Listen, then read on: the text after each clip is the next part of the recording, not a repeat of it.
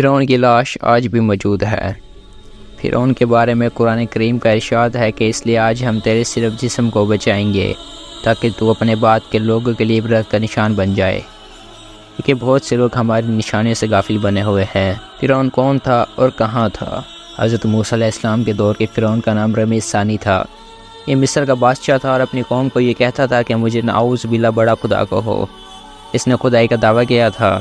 حضرت موسیٰ علیہ السلام کے زمانہ حضرت عیسیٰ علیہ السلام سے 1279 سال پہلے تھا۔ اس حساب سے آج فرعون کو مرے ہوئے 3298 سال ہو گئے۔ رمیس ثانی یعنی کہ فرعون نے حضرت موسیٰ علیہ السلام کی مخالفت کی تھی، جس کی وجہ سے اللہ نے اس کو دریا میں غرق کر دیا۔ اس نے موت کے وقت کلمہ پڑھا تو وہ ایمان اللہ کے ہاں قبول نہیں ہوا، لیکن اللہ تعالیٰ نے فرمایا کہ تمہارا ایمان تو قبول نہیں، کیونکہ عذاب کو اپنی نظروں سے دیکھنے کے بعد ایمان لایا ہے، لیکن چلو تمہارے جسم کو میں محفوظ رکھتا ہوں تاکہ بعد میں آنے والوں کے لیے تم عبرت کا نشان بن جاؤ۔ قرآن چونکہ اللہ تعالیٰ کی مقدس کتاب ہے، اس لیے اس نے جو وعدہ کیا ہے وہ آج تک پورا کیا کہ اس فرعون کا جسم آج تک محفوظ ہے اور لوگوں کے لیے عبرت کا نشان ہے۔ اس لاش کو دیکھنے سے معلوم ہوتا ہے کہ اس پر ابھی بھی بال محفوظ ہیں اور گوشت، ہڈی اور چمڑی بھی محفوظ ہے۔ اللہ نے جو وعدہ کیا تھا کہ تمہارے جسم کو محفوظ رکھوں گا، اللہ نے آج تک اس کو پورا کیا۔ دریائے نیل کے قریب تفسا کا مقام ہے، وہاں ایک وادی ہے، ویلی آف دا کنگ۔ اس میں بادشاہوں کی قبریں ہیں۔ محترم اور عید صاحب ان بادشاہوں کی قبروں سے فرعون کی لاش 1898 میں نکال کر لائے تھے اور اس کو قاہرہ کے عجائب خانے میں لوگوں کو دیکھنے کے لیے رکھی گئی ہے تاکہ لوگوں کے لیے عبرت کی نشانی بن جائے۔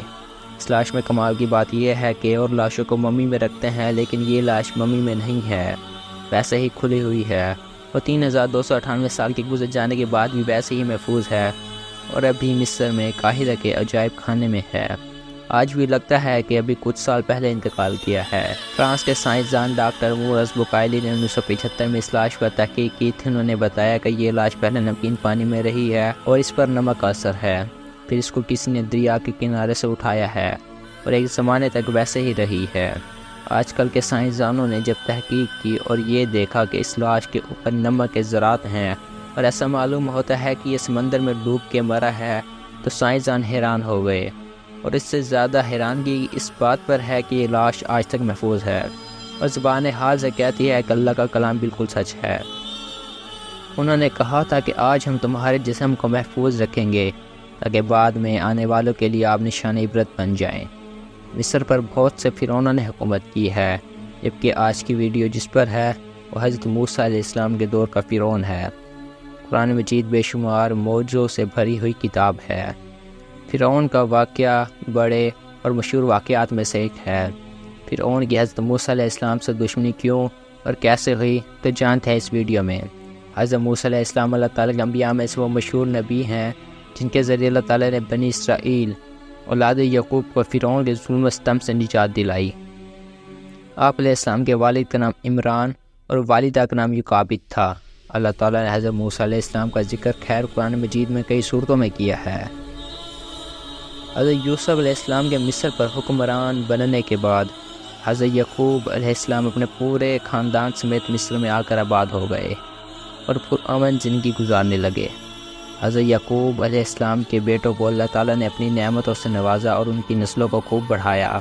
آپ علیہ السلام کی اولاد سے جو لوگ وجود میں آئے انہیں بنی اسرائیل کہا جاتا ہے، جن کا قرآن مجید میں کئی مقامات پر ذکر آیا ہے۔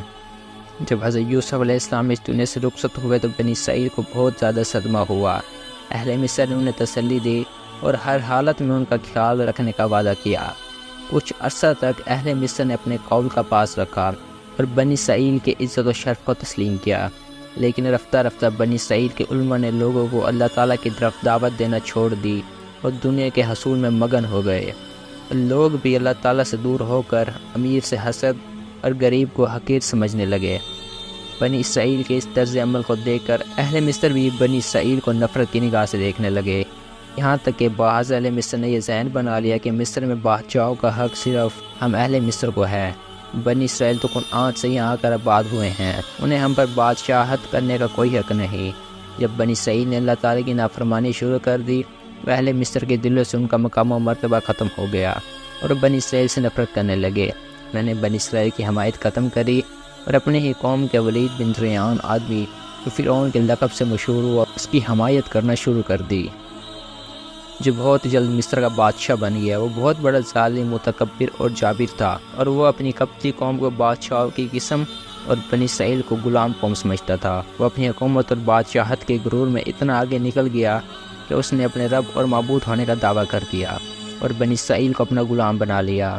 اور فرعون نے کہا تھا کہ میں تمہارا سب سے بڑا رب ہوں، نعوذ باللہ۔ بے شک فرعون نے زمین مصر میں سرکشی اختیار کر رکھی تھی، اور اس نے وہاں کے لوگوں کے لیے کئی گروہ بنا رکھے تھے، اور ان میں سے ایک گروہ بنی اسرائیل کو بہت کمزور کر رکھا تھا۔